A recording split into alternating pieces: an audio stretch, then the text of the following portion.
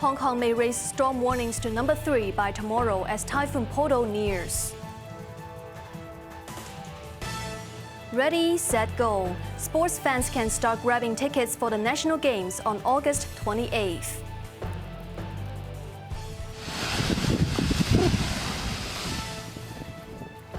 And wildfires are raging across southern Europe amid a mercury reading of over 40 degrees Celsius.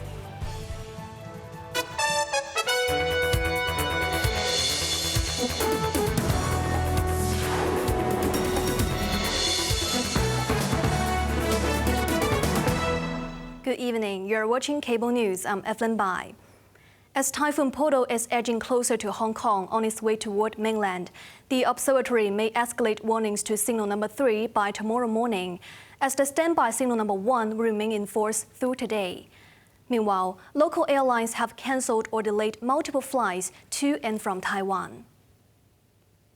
Steering away from Taiwan, Puddle is expected to make the second landfall over the vicinity of the southern Fujian to eastern Guangdong on the mainland overnight.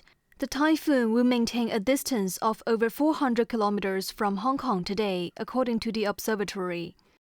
Depending on the distance between Puddle and the Pearl River estuary, its intensity and the change in local winds, the observatory will assess the need to issue the strong wind signal number 3 tonight to tomorrow morning. Puddle will be closest to Hong Kong tomorrow morning. Under the influence of its outer rain bands, there will be heavy squally showers and thunderstorms over the territory tomorrow. Residents are urged to avoid shorelines and suspend water activities due to dangerous swells. Meanwhile, in Taiwan, heavy downpours and strong winds caused by Typhoon Puddle had forced the evacuation of over 5,500 people and widespread work and school suspensions, as the typhoon swept across the island and made its first landfall in Taidong County shortly after noon. One man is reported missing after being carried away by waves, and at least 33 were injured. Jeremy Zhu reports. In a fishing port in eastern Taiwan's Taitung City, waves reached up to 6 meters high. A fishing boat was swept ashore and left stranded in the middle of a road. Taitung experienced violent winds and torrential rain, with debris flying through the air.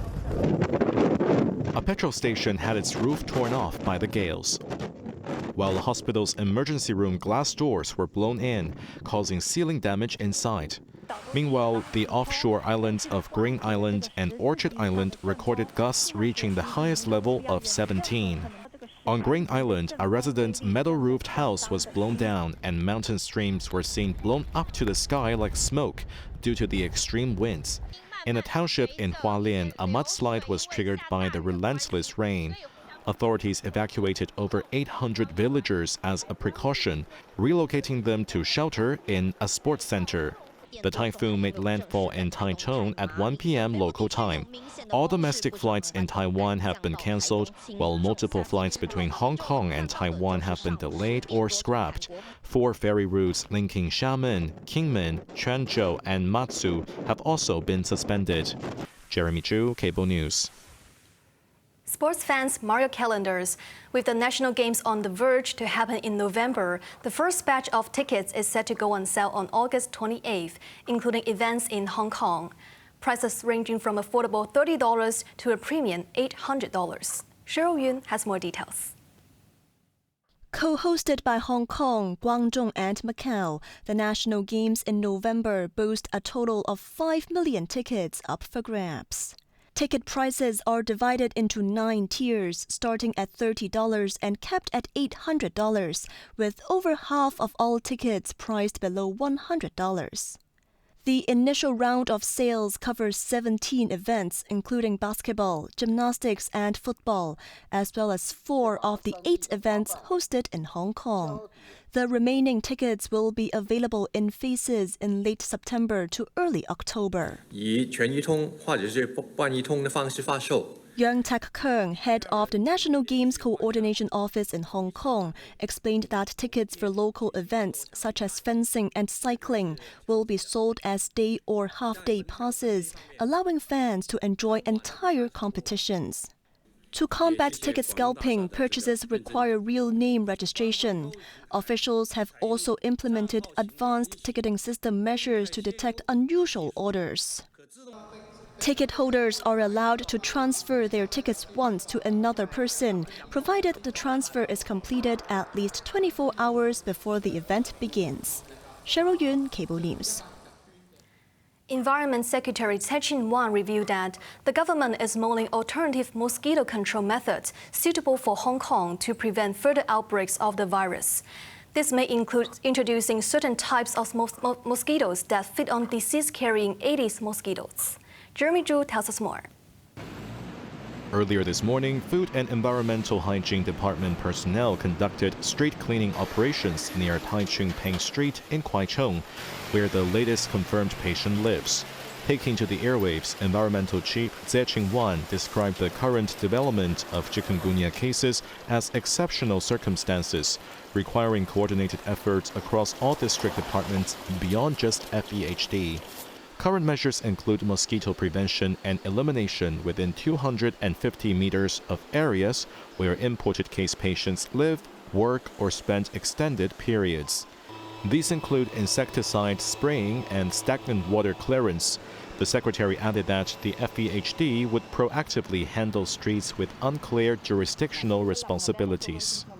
Beyond existing methods, Tsai revealed authorities are considering alternative approaches. These include introducing certain types of fish and mosquitoes that prey on disease-carrying Aedes mosquitoes, though such measures require careful assessment of local environmental suitability.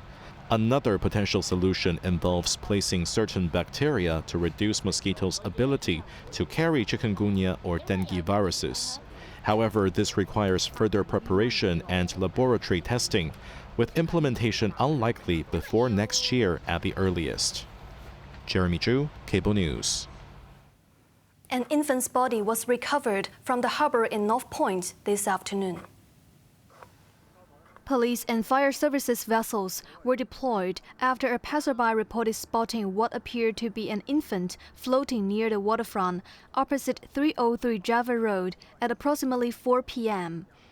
Fire service personnel retrieved the body and brought it to the fireboat pier, where officers erected temporary screens.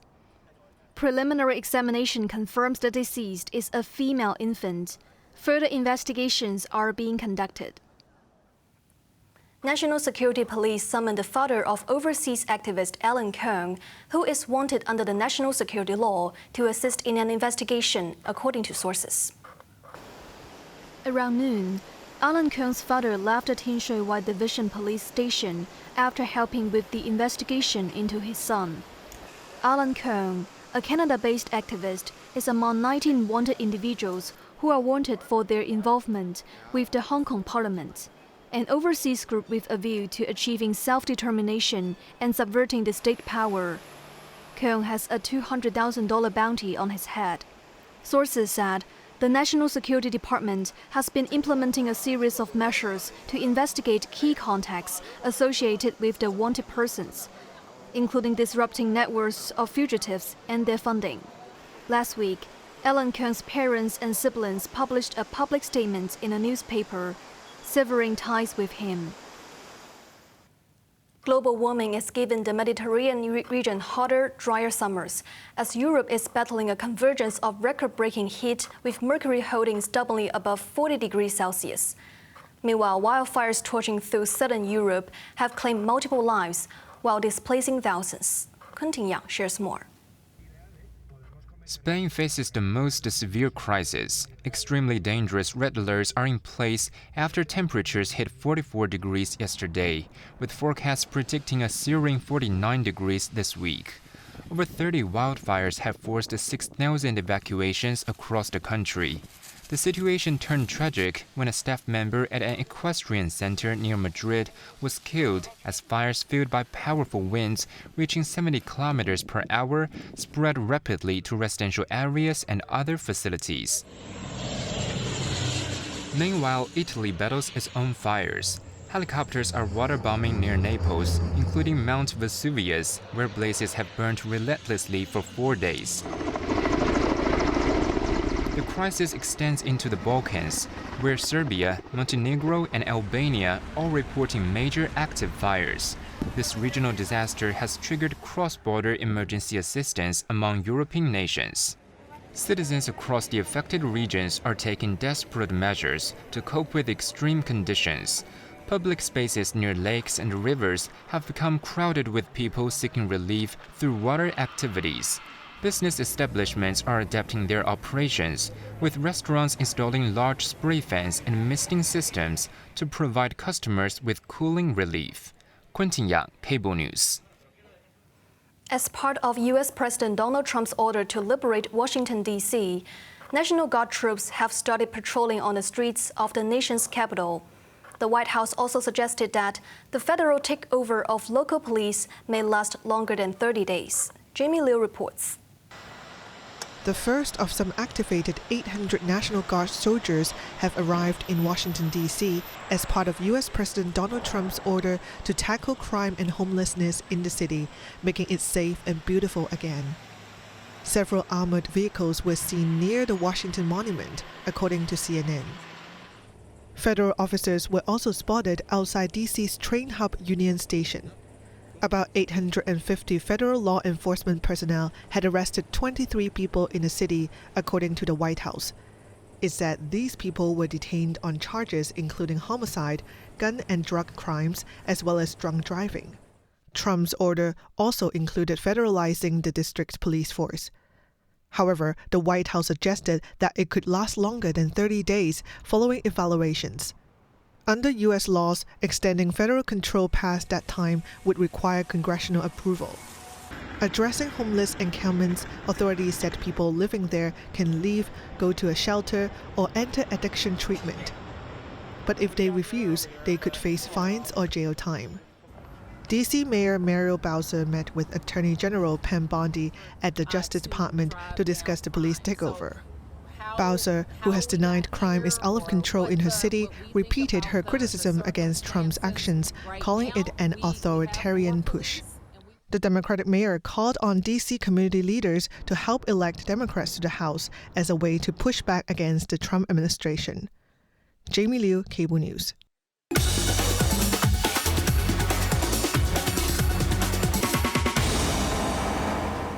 Shares in Hong Kong rallied on higher odds for a rate cut by U.S. Federal Reserve in September, sending the benchmark index up back above the 25,000 mark after rising 3 days in a row.